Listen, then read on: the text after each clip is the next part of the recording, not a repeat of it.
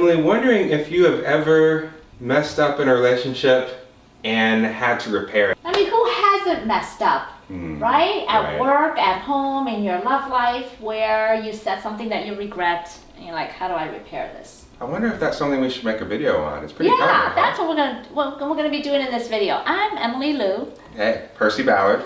So today we're gonna show you how to repair a relationship. And we're gonna do that by speaking for parts. And not from the parts. Right, so we'll discuss what that is. And we might do a review a little bit on what is self and what are parts. So one's authentic core self, has very distinct characteristics to it, yet it's what people say that they are like when they feel the most themselves. And there are other characteristics too, but typically people will say they feel curious, connected, they feel very calm, they feel like they have perspective, they can be playful and creative. It's our highest authentic self. And so that's what self is. And parts are what come up when we are not in self. They obscure our authentic selves, often because of some sort of fear or anger or hurt, and therefore we can't be our authentic selves. So let me give you an example of a disconnection that happened.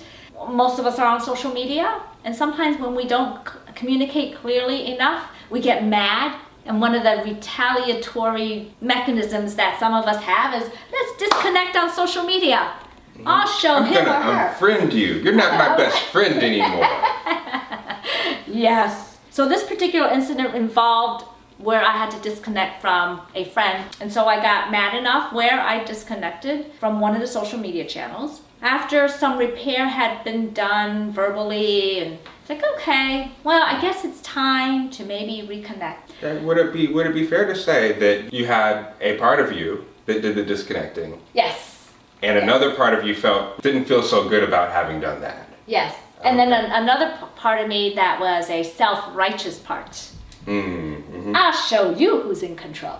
Yeah. Have you ever felt that? No selfish righteous parts in us whatsoever. So in the internal family systems model of self-leadership, it's about all parts are welcome. That's the tagline. So what does this mean? This means we don't disown our self-righteous parts. We don't disown our angry parts.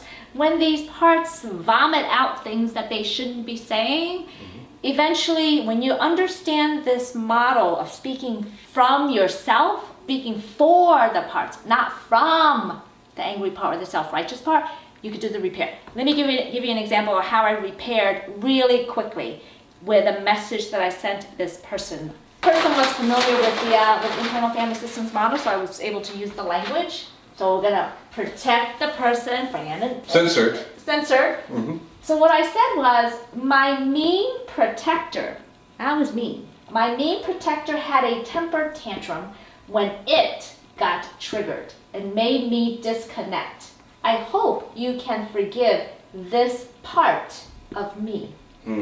Okay. If someone doesn't have the language of the model, is my first question. Like, what else could you say besides that if you're not familiar with what a protector means? Is? Right. All you could say is the mean part of me, or the mean side of me. Yeah. So it's not all of you. Right. It's just a mean part of you. And everybody has a mean part. But in this instance, my mean part took over and said, I'm going to show you who's in control. My control part, my power part, wanted to show that I had some sort of power over this person. Yeah. And do you have to even give the part a name? Can you just say, a part of me took over and did... No, we don't even have to name it. I think as long as we use the language, a part of me, you're not making yourself a bad person. And that other person, how does it feel when you're hearing, a part of me was mean? It feels like there is some distance. You're not saying that, I was being mean to you. When you say that, I feel like, okay, you are just a mean person. And why are you doing that, you bad person? Yes. If there's a part of you that's mean, it's like, oh, I get it. I have a part that can be mean sometimes too. Yes. And it puts us really on the same level. It doesn't make you into the perpetrator and me into the victim. Because when we're not familiar with parts, we tend to say, she's so mean, he's a jerk, he's a, an asshole, and you call them all sorts of names. But you know what? Those names, we all have those jerky parts inside of us. It's just a part of us, and it gets triggered when somebody pushes that button. Right. So if we can say that it's not all of me, that's when we have a self-to-self connection. So what happened after I sent this message? The person sent me a message and said, I got a chuckle with your repair message. So this person received it very well. That was the repair. Yeah. So again, you name the part of you. Mm-hmm. The mean part of me had a temper tantrum. So it's like naming your child. It's kind of cute too. My child had a temper tantrum when you're not saying when I got triggered. You're saying when it got triggered by this other person's protector. Their part triggered the meanness inside of me. So it was like a protector's war. When it got triggered and made me disconnect. Wow. I hope you can forgive. Instead of saying, I hope you can forgive me, this person doesn't need to forgive all of me. This person just needs to forgive this part of me. Right, because that's the part of you that did it. Yeah, that's the part of me that did it. Right. So this person just got a chuckle, and that was the end of that. And that was the repair. So who do you have to send some of these texts or messages to? This is how you do it. It's really easy. Just substitute the part of you. Mm-hmm. What did it do? Mm-hmm. It got triggered.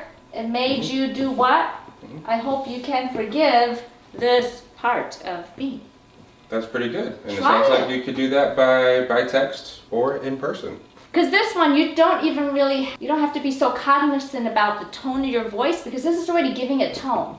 Because sometimes when we say things, it's like, ooh, I can't send that through text because he or she is going to read it in the wrong way and could be interpreted in a mean way or in a good way. But this takes the emotion out of it, and you're naming the part, and this kind of languaging is safe to send through text or email. Sounds pretty clear. But it would be good if you sent a voice memo to really just put the bow on it and have that self-energy wrapping the bow around your mean protector. Yeah. And they're going to feel it, and it's going to be easily forgivable. Yeah. Great. Try it with your mom, dad, boss, coworker, lover, whoever it is that you need to do a little bit of repair with. Right. At the most, even if I am not sure what you're talking about, I probably will if you make it that clear. At the least, I will get curious about that. Oh, what do you mean your mean part? Can you tell me more about that part? It'll open up a conversation, a connection again, which will be more self-to-self, where we'll be speaking for our parts.